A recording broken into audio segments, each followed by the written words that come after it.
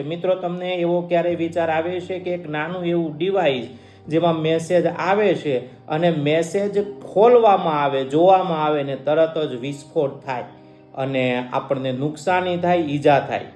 શું આપણા મોબાઈલની અંદર પણ આવું શક્ય છે કે એક મેસેજ આવશે અને એમને ખોલશું, આપણું સંતાન એને ખોલશે તો એક વિસ્ફોટ થશે? શું હતી એ ઘટના? જોવા માટે ચેનલ સાથે જોડાયેલા રહો.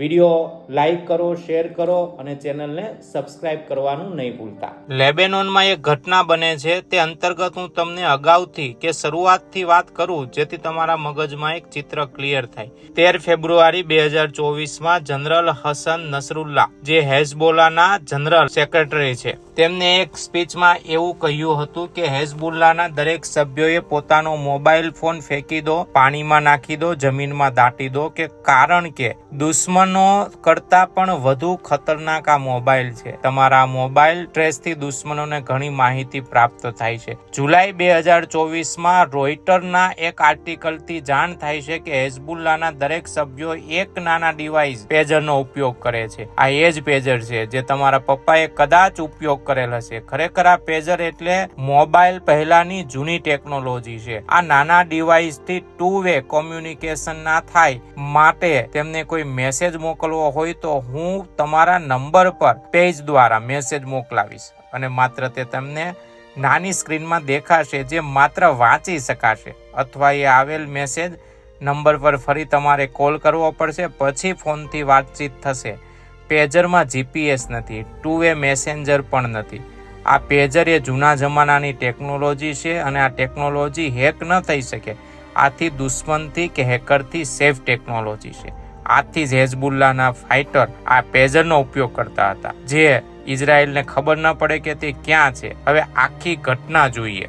તારીખ 17 સપ્ટેમ્બર 2024, સમય બપોરના 3:30 કલાકનો. આ સમયે એક એવી ઘટના બને છે કે કોઈ વ્યક્તિ આ વિશે વિચારેલ પણ ન હોય અને જેના માટે સારામાં સારી હોલિવૂડની ફિલ્મ પણ ફેલ થઈ જાય. આ દિવસે દુનિયાએ એવું જોયું કે અત્યાર સુધીમાં કોઈએ વિચારેલ પણ નહીં હોય. આ દિવસે લેબેનોન અને સિરિયામાં એક કરીને લગભગ 5000 પેજરમાં ધમાકા થાય. ક્યાંક કોઈ શોપિંગ કરતા હોય, ઘરે આરામ કરતા હોય, કોઈ સિગ્નલ પર ઊભા હોય, આ દરેક વ્યક્તિમાં ધડાકા થાય. દુનિયા જોવે, વિચારે ને રીલ બનાવી શેર કરે ને ત્યાં સુધીમાં તો બીજા જ દિવસે 18 સપ્ટેમ્બર 2024 હિઝબુલ્લા તરફથી ઉપયોગમાં લેવાતા walkie talkie, phone, solar panel, fingerprint ડિવાઇસમાંથી લગભગ 3000 જેટલા ફિંગરપ્રિન્ટ ડિવાઇસમાંથી પણ ધમાકા શરૂ થઈ જાય છે. 3000 જેટલા ડિવાઇસમાં ધમાકા. આ સામાન્ય વાત ન હતી. અત્યાર સુધીમાં ઘણા વ્યક્તિઓના મૃત્યુ થયા છે. જેવી આ ખબર લોકોને પડે છે અને આના વિશેના સમાચાર જાણે છે તો લોકો અચંબિત થઈ જાય છે.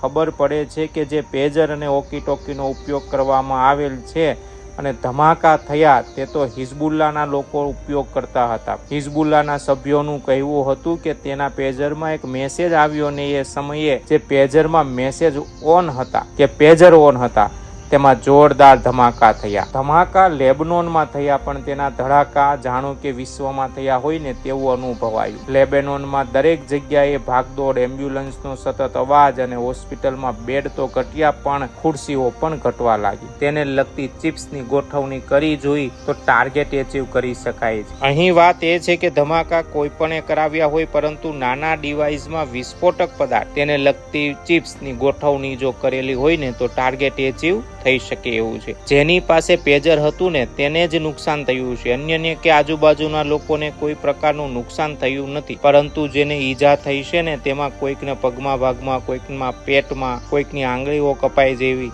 ઈજાઓ થઈ છે. હવે વાત કરીએ કેમ આવું થયું. શું બેટરી વધુ ગરમ થઈને વિસ્ફોટ થયો? તો ના, કેમ કે જાણકારનું માનવું છે કે આ જે વિસ્ફોટ હતા ને તે બેટરીના ન હતા, તેમાં તીક્ષ્ણ અગ્નિ થાય, મોટી અગ્નિ થાય ને વિસ્ફોટ. આથી એવો અંદાજ છે કે જ્યારે આ નવા પેજરનો લોટ હેઝબુલ્લા પાસે જતો હશે ને ત્યારે વચ્ચે કોઈકે એજન્સીએ દરેક પેજરમાં વિસ્ફોટક પદાર્થ મૂકી દીધા અને ઇલેક્ટ્રિક મેસેજથી વિસ્ફોટ કરી શકાય.